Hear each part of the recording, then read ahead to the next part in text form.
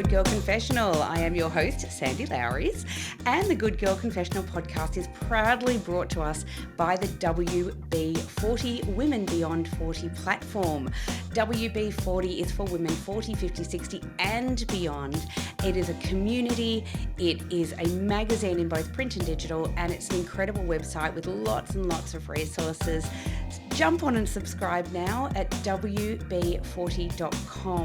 This is written by women for women, and we're super excited. Today in the confessional, I am jumping out of my skin with excitement to be chatting with the extraordinary person that is Jane Caro.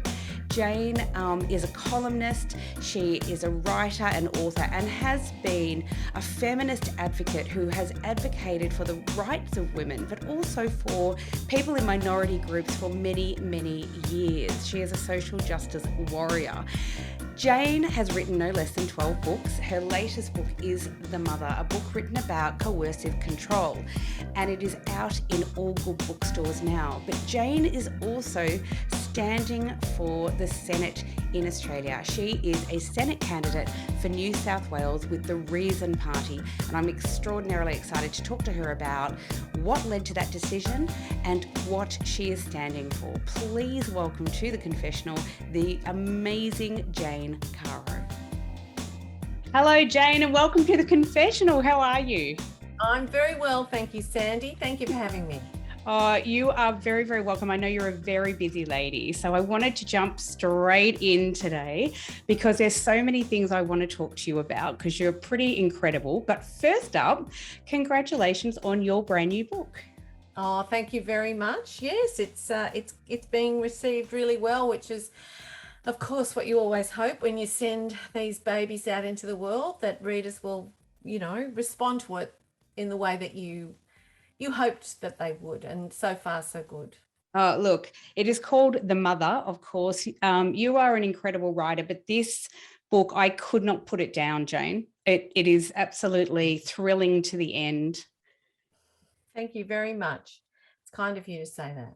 Oh, it's very true. And there were actual tears when I read some of this. So obviously your main character in this book, Miriam Duffy, is quite extraordinary. But I don't want to give too much away because I hope everyone runs out and buys the book. But obviously, it's hard to talk about a thriller too, isn't it? Because you can so easily give away what holds the interest of the reader. Absolutely. So I will just say that it does touch on themes of domestic violence and of women, and in that journey it's quite an extraordinary story. And of course The Mother, the title, it is about a mother and her family. It's quite extraordinary. Thank you. Thanks, Sandy. So Jane, I wanted to really talk to you today though, because I'm loving that you are running for the Senate, so congratulations. Thank you very much. Yes, I wish in a way the two things hadn't happened at exactly the same time, the book getting launched and the Senate run launching, because that's one of the reasons why it's literally minute by minute my day these days. But nevertheless, it's exciting and it's fun and it feels important. It is really important. So, most people will know that you are a feminist social commentator and that you have always stood up for the rights of women. But you are also hugely passionate about standing up for equal rights for all humans. And I love that. So tell us about the journey to run for Senate and how you ended up in the political world. Well, I had stuck my toe in very, just a tiny bit when Warringah was in play, when they wanted to get rid of Tony Abbott, as one could understand. There was some talk, and I did talk quite seriously to some of the people in Voices of Warringah about the possibility of me as their candidate. But one of the things that made me realise was that because of my stance on some of the topics, particularly interestingly enough, I think public education, and my belief that that should be the gold standard education system that is resourced before we think of giving, and then is resourced to an excellent level before we think of giving $1 to any other kind of school. That turns out to be one of the most radical positions you can hold in Australia today, which is hilarious. And so our combined judgment was that that was probably a problem in an electorate like Warringah and could be weaponised against me. And indeed, I think they were correct in that judgment. And I think, as we can see, Zali Steggall succeeded and has done a fabulous job. And she's absolutely the right person to stand in that seat and to be their member. So that was when I played around with the idea. And then I thought, yeah, well, I can't see how I'm going to do it with the positions I hold, and I'm not going to compromise my deeply held personal beliefs, just to win a seat. That to me seems to defeat the purpose of winning a seat. So then Reason Australia rang me, and Reason Australia are a relatively new party. They began as part of Fiona Patton's The Sex Party, when it was kind of joined forces with the Voluntary Euthanasia Party and formed Reason Australia. And they rang, and they were interested in me considering being their New South Wales candidate for the Senate in the federal election. And I thought about that, and I thought that's actually a better place for me, because I don't think my appeal is concentrated in a certain socioeconomic seat, close to where I live, one presumes. I think it might be broader than that. And so that did interest me. And I also like the idea of the Senate as being the house of review that looks at policies and decides whether they are fit for purpose in their state after the House of Reps has voted on them.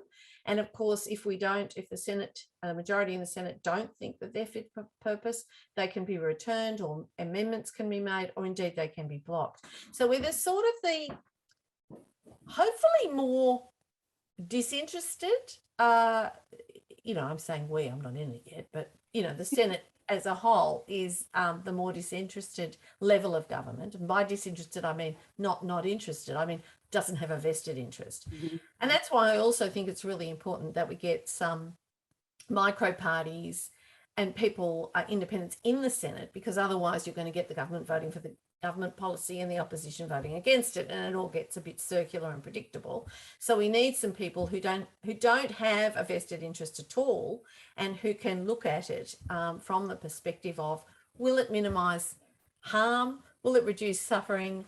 Will it enhance people's lives? And that's really where Reason comes from. And it's all about evidence-based policy making, advised by experts, not influenced by ideology or any other belief, including religious. Stand back, Jane. I know. Stand back. And isn't it bizarre that in 2022, that in and of itself sounds like a radical stance? Unbelievable. It's like we've never had more information. We've never had more knowledge. We've never had more facts at our fingertips, and we've never understood less. It's really quite alarming. So, I mean, that's one of the reasons when Reason contacted me that I thought, because I personally think this government has turned out even worse than I dreaded, and they're incompetent. They are, it seems to me, sometimes willfully cruel to people who are doing it tough. I find the whole thing deeply depressing and dispiriting. The lack of action on climate change is terrifying. And we're literally seeing the consequences in front of our eyes right now. So there was, all of that, kind of came together and made me think, time for you to walk the talk, Caro. You've been asked, you don't have an excuse anymore. And so I said yes. And here I am, giving it my best shot.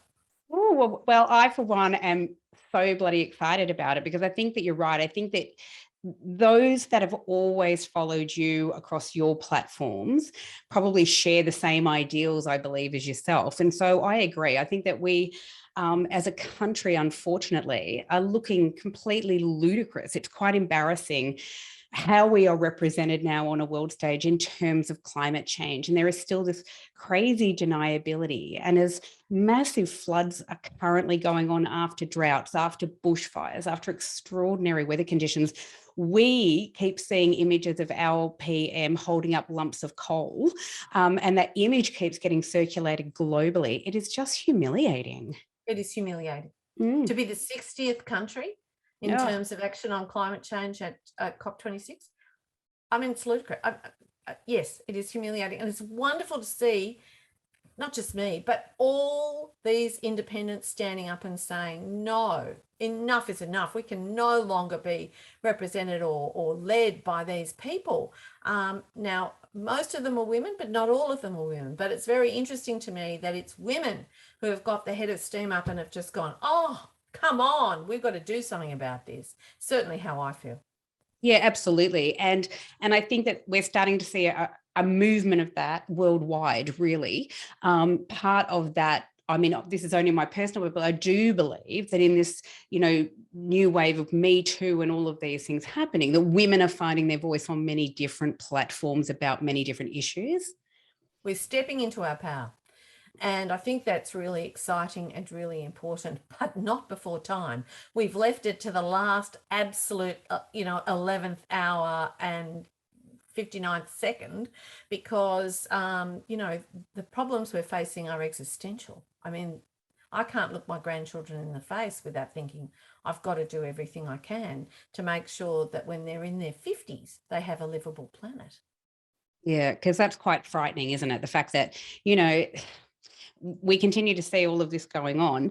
But part of all of this, I mean, because you've always been an extraordinary supporter of women and women's rights, is that, do you think that it's taken us longer to get to the table purely because we've been so suppressed and pushed down in the past?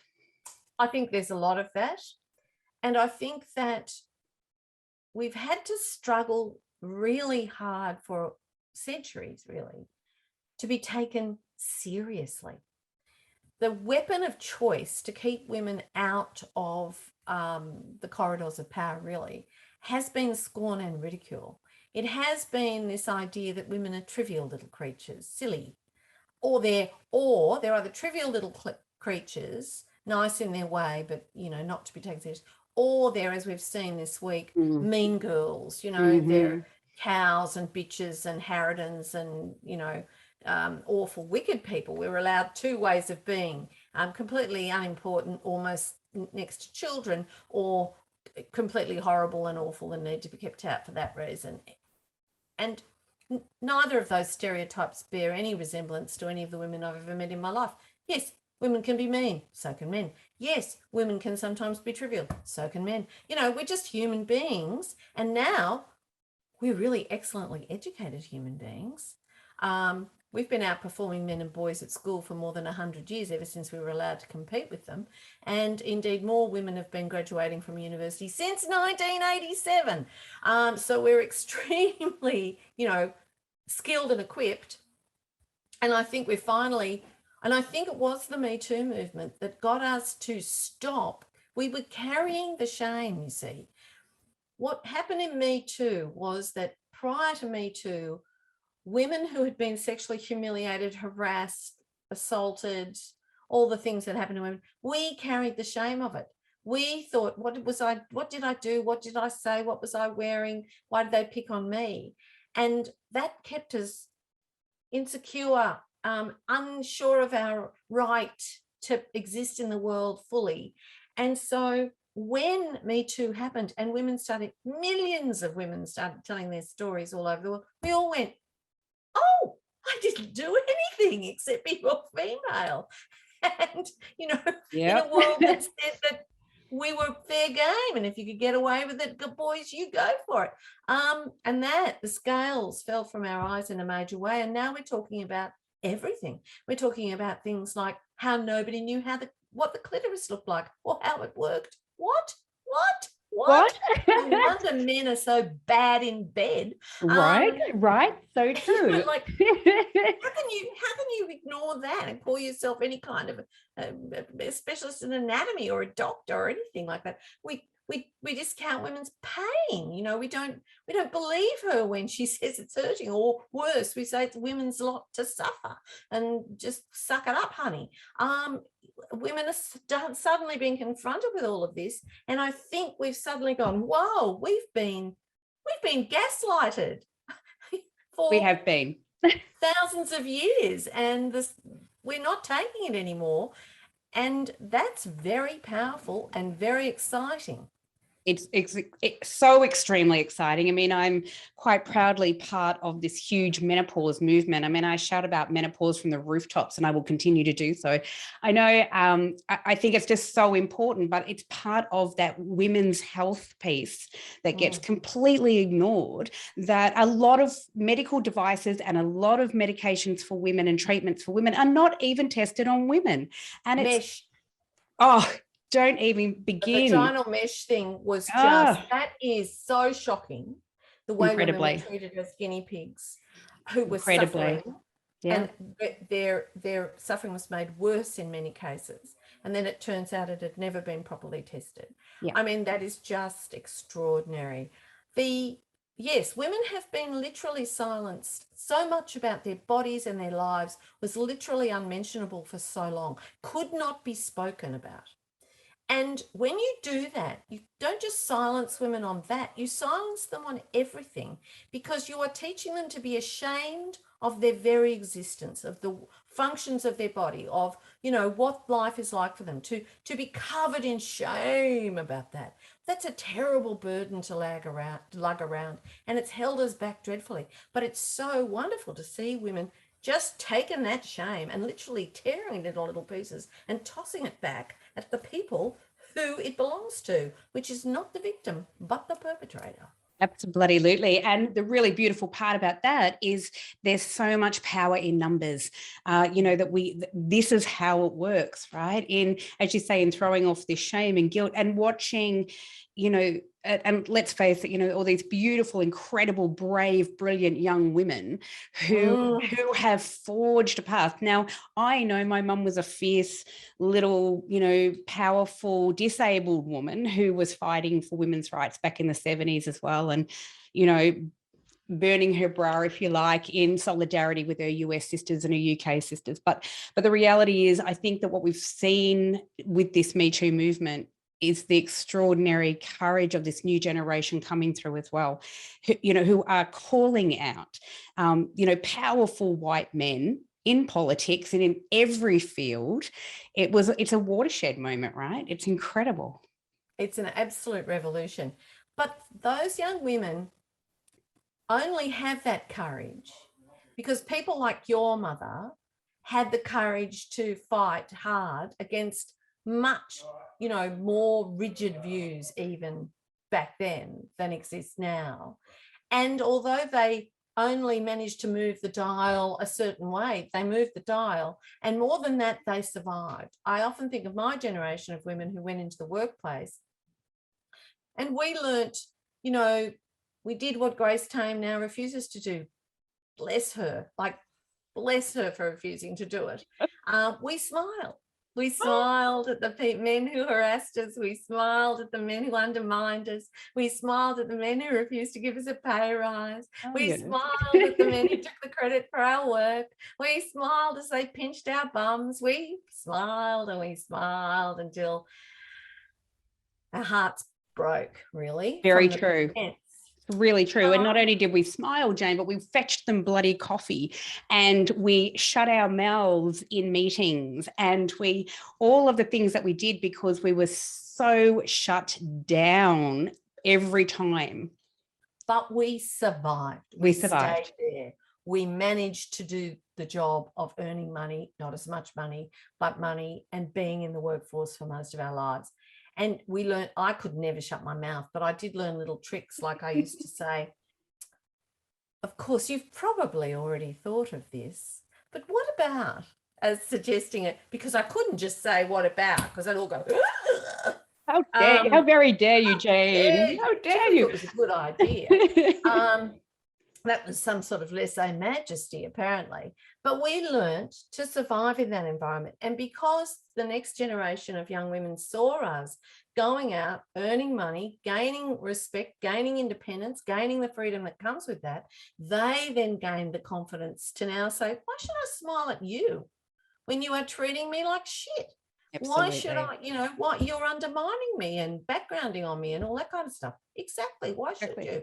And then the incredible for me, what was extraordinary then was the backlash against Grace, who I just think is brilliant. But this bullshit backlash against her but she should still be polite. Well, no, she doesn't have to be polite. No. She's been treated viciously.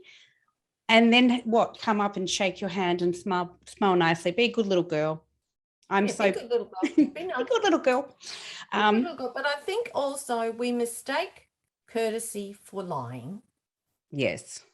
What do we prefer? Do we prefer polite lies or a confronting and challenging truth? I mean, after all, Grace didn't swear at anybody. She did not throw anything. She refused to smile at someone who she felt had treated her unjustly. That's all she did. And she was courteous in that she shook his hand.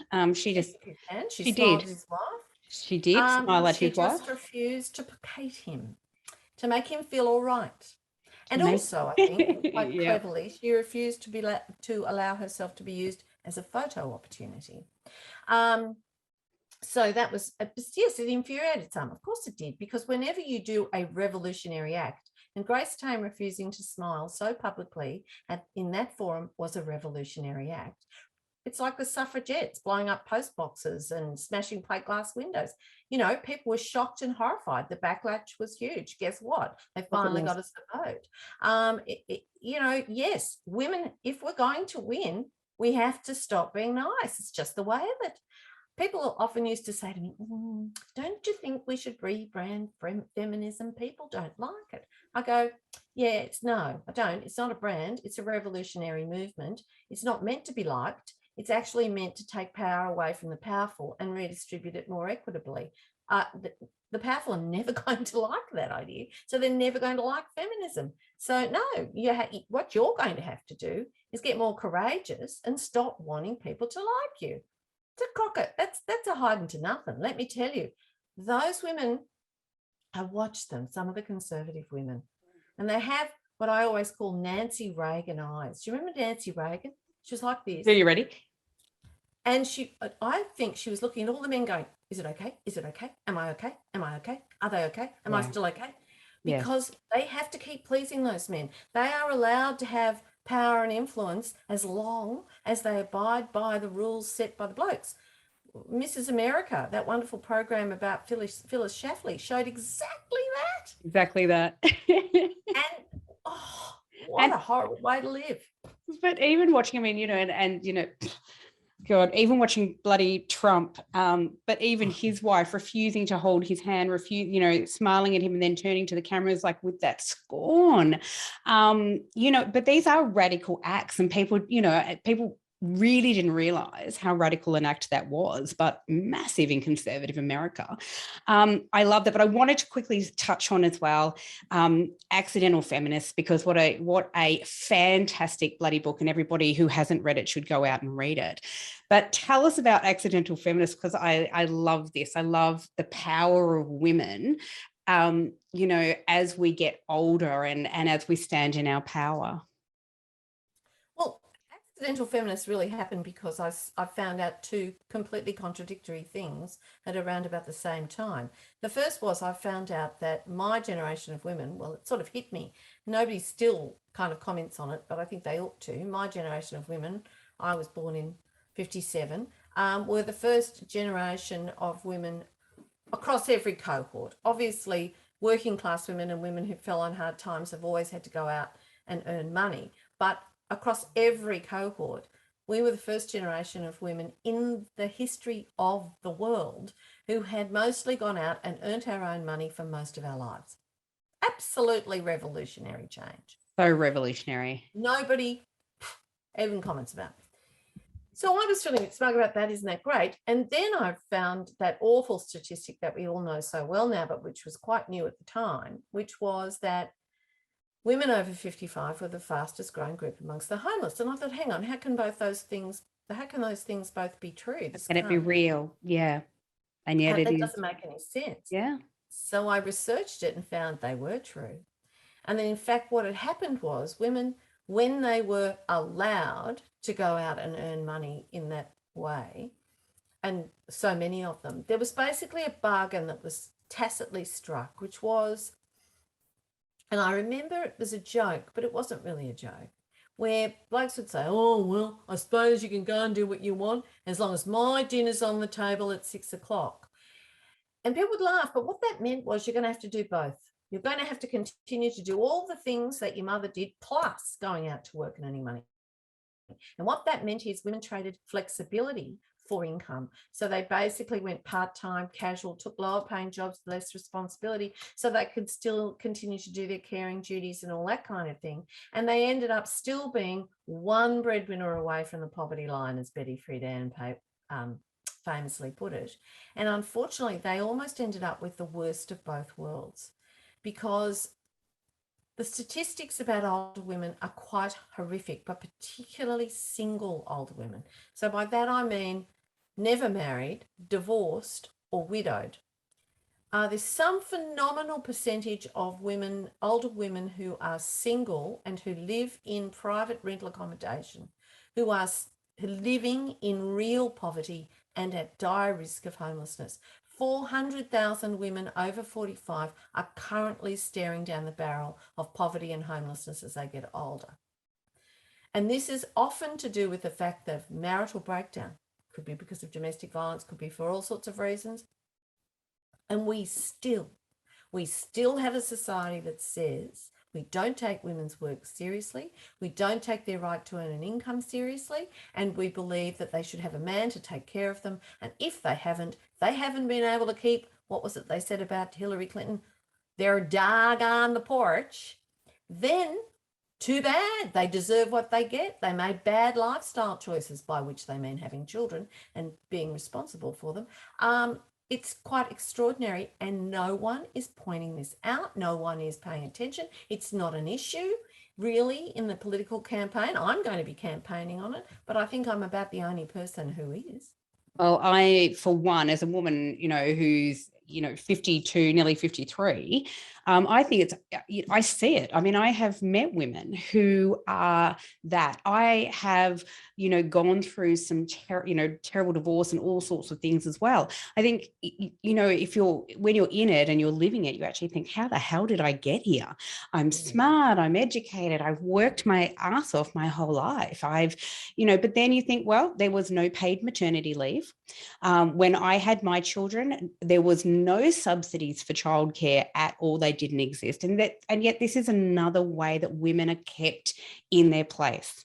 Right? There are so many women who are unhappy, as you say, or they may be in a domestic violence, or just not, even if it's not domestic violence, just absolutely unhappy, who say, I can't leave him because I've got nothing. I've got nothing and I've got nowhere to go. And this is deliberate. This is deliberate. This is policy, deliberate policy to keep women shackled to men. Absolutely. There's no doubt about it.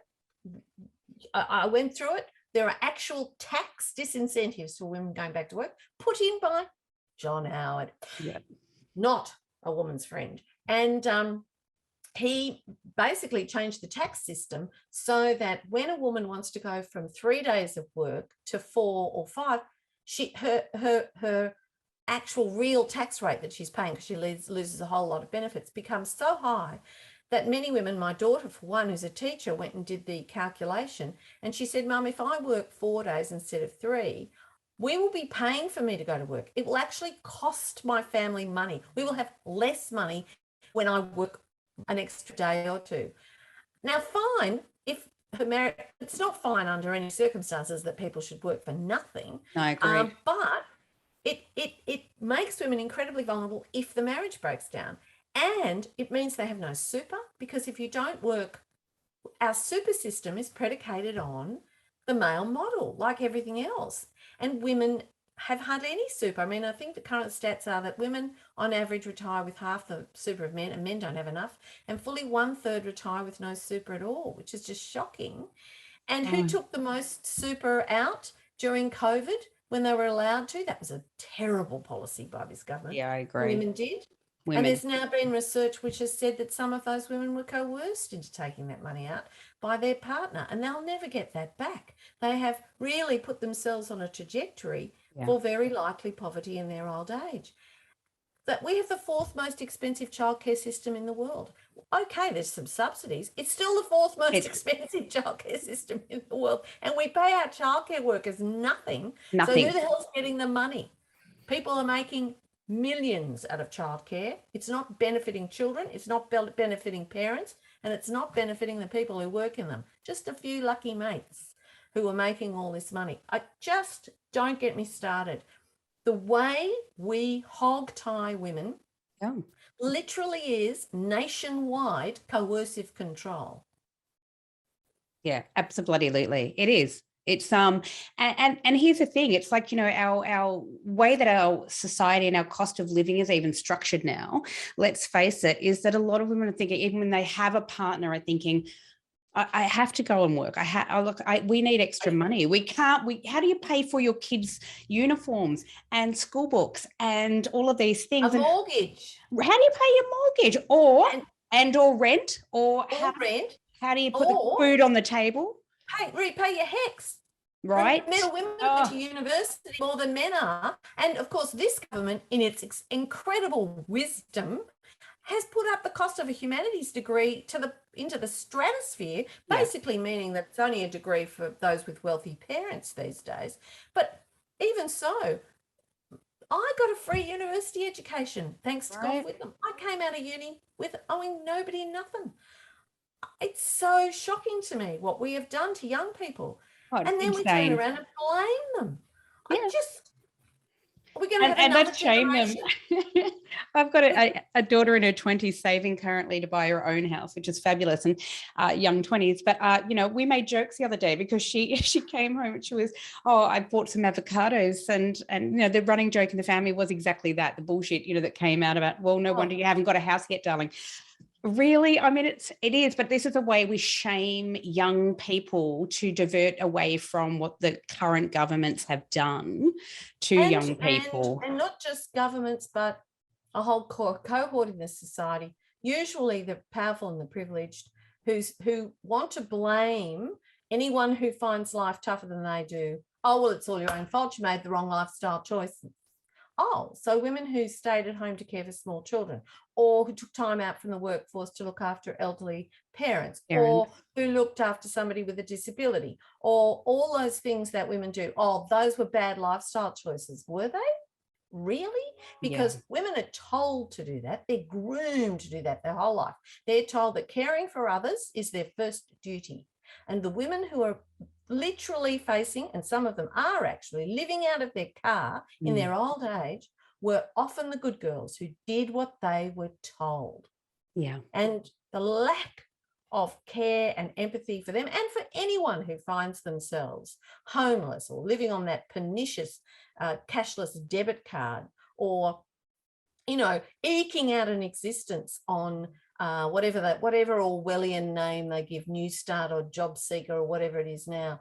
I mean, when the Job Seeker was raised, and particularly with the coronavirus supplement and JobKeeper, we lifted 1 million people out of poverty immediately. And then we turned around and we pushed them back into it. And it's absolutely bloody disgraceful. This government has done, and it's not just this government, it's previous governments as well, but this particular government I see as being incredibly, as I think you touched on it before, but it's so true, that they seem so willing to oppress those already oppressed, to keep that poor very much where they should be, those that are really struggling to stay above the poverty line. And there's a lot of Australians, this is what people don't realize, there's a lot of Australians living below the poverty line, but there's so many living just on the poverty line. Really struggling to keep their kids in school and to, and take school lunches, for God's sake. Right. And I mean, I was talking to a friend who used to have a really, secure financial situation, and then, poverty via a man hit, and she was getting a small pension because she'd worked for a while overseas in a country that pays, if you've paid your taxes, you automatically get something. And she was on the old age pension now. That was all she had. And, our authorities in their wisdom are chasing her for that small legacy to take it off her. And it makes the difference between her having a little bit of that between her and the deep blue sea and having nothing at all. And it was such a cruel and senseless behaviour, and yet this is what we do all the time. to people who are already, we do not allow them to lift their head above water at all. They're not allowed to have any fun. They're relying on, any kind of benefit. There's no quarter made for the fact that they might have worked their guts out their whole lives and therefore are entitled to receive something in return, paid taxes their whole life. Oh no, now they've suddenly turned into bludgers and people who need to be, managed within an inch of their lives, or else they'll take advantage. It's awful. It's cruel. It's cruel. It is actually cruel. And it is impacting on all sorts of people, but particularly the most vulnerable, Indigenous Australians, of course, refugees, the disabled, and people with mental health issues, and women. Absolutely. And so many crazy changes under this government too, to places like the NDIS and oh my God, and I have a lot of friends who live with disability or have children who have disability who are so impacted by some of these ridiculous changes that have been made. Right. So, and again, are we not supposed to be, a wealthy enough nation that we should be taking care of our own, especially those that need it? We can afford to do it. We're just choosing not to. We'd rather subsidise fossil fuel companies with billions of dollars. We'd rather buy nuclear submarines, which will probably be completely out of date by the time we actually take delivery of them. We'd rather do a whole lot of completely senseless things that benefit nobody except a handful of already very rich and powerful and privileged people. It seems those are the kinds of decisions we're making. It is horrifying to me what we have become, and we could go back to lifting 1 million people out of poverty easily, and it would make such a difference. We're going to give tax cuts to the top end of town, most of which will go to men because most women don't earn those kinds of salaries. So quite apart from anything else, it's sexist on top of completely unfair and unjust. We're going to give tax cuts to the top end of town. We know that will do nothing to stimulate the economy. Those people got plenty of money. They don't need more to spend.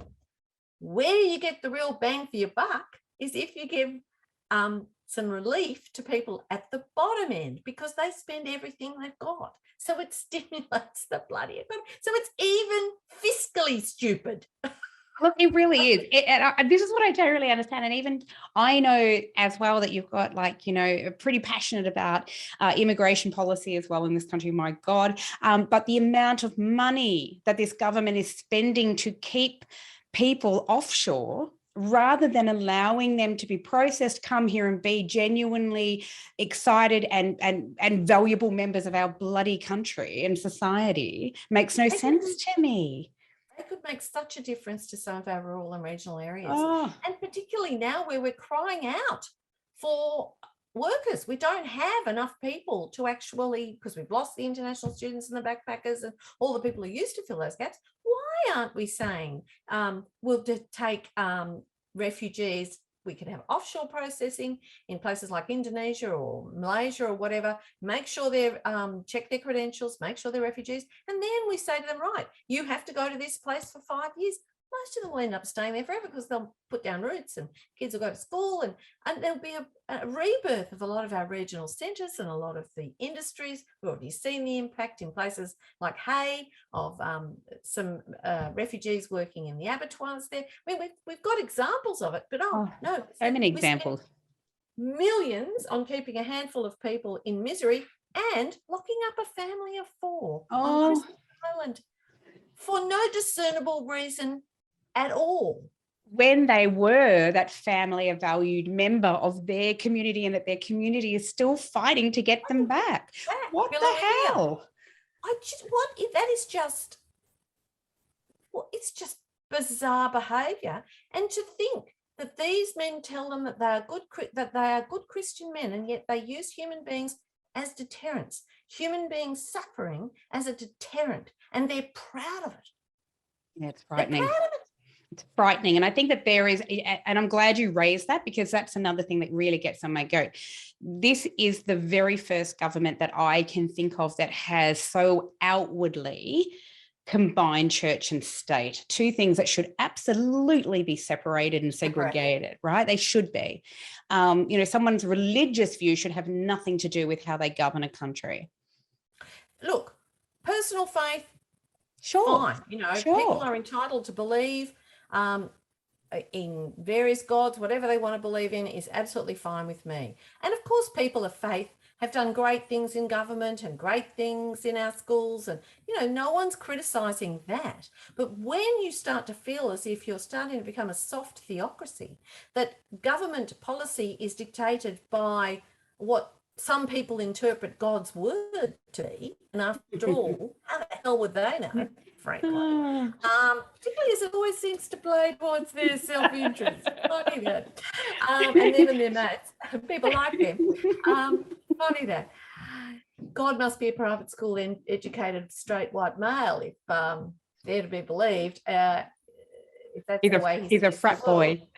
Yeah. Then no, theocracies are deadly dangerous to women, to LGBTQI people, to people of other faiths than the dominant one. You only have to look at Ireland until very recently, Saudi Arabia right now, Afghanistan under the Taliban. I mean, how much proof do you need that we do not want a theocracy of any flavour? This is not a Christian country. This is a secular country. Mm-hmm. It is accepting of all beliefs and none. And they are all equal. It. And this is how it should be. And strangely, it currently isn't. So funny about that. And women in particular have much to fear from theocracy. Yeah. Look at what is happening in some of the Republican states in the US at the moment. Frightening. That is terrifying. Frightening. And yet another way that women are suppressed and kept chained down through to their womb, that they don't even have autonomy over their own bodies, and that the state owns us. It's quite frightening. But this is the way that people always think, it could only happen there, but it is no. My God, we had to fight so hard here to make marriage equality happen. How ridiculous. Well, abortion rights in abortion was only decriminalised in New South Wales a few years ago, maybe 4 years ago, maybe 5, but max. That's abortion rights in New South Wales. So we cannot take these rights for granted. They can slip back so easily, and there are many patriarchal men and sadly women who are quite keen. They want to buy their stairway to heaven, their particular idea of heaven, off the backs of other people's rights. That's awful. Absolutely bloody awful. That's not what democracy is for. If you don't want to have an abortion, you don't want to have voluntary assisted dying, you don't want to go to a gay wedding, you don't approve, fine. Live your life the way you want to. You be you. No one's trying to stop you being you. But you do not have a right to tell other people that because you don't believe in abortion, no one should be allowed to have one, or that you don't believe in voluntary euthanasia, no one else should be able to access it, or that you don't approve of gay people, that they shouldn't be allowed to have equal rights in a society. No, that's not a reasonable argument. I absolutely am so excited that you're running for Senate, Jane, and I know that you will get there. I have a huge belief. I think there's a lot of women out there. We need money, we need volunteers, listen, we need help. Well, we'll be putting all of the links to Reason in our show notes. I will also be putting the links to where people can check you out and find out more about what you were standing for, which is extraordinary, and your new book, because, wow, you have got it all going on at the moment, Jane, that's for sure. I shall sleep after the election, whenever it's called. I shall crawl off into a hole somewhere and just curl up and go to sleep for weeks. Well, I thank you for everyone that you are standing for, because in doing so, there's a lot of people out there who need that voice, and I, for one, am grateful that you are putting your money where your mouth is, if you like, and standing up for everyone. So thank you so much, Jane, and thank you for your incredible time. Thank you, Sandy. It's been great talking to you. Really good fun.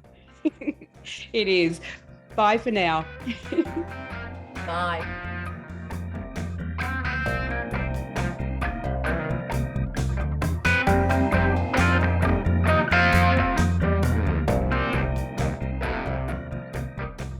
Thanks for listening to the Good Girl Confessional podcast. The Good Girl Confessional podcast is brought to you by WB40, Women Beyond 40 magazine, available now at wb40.com.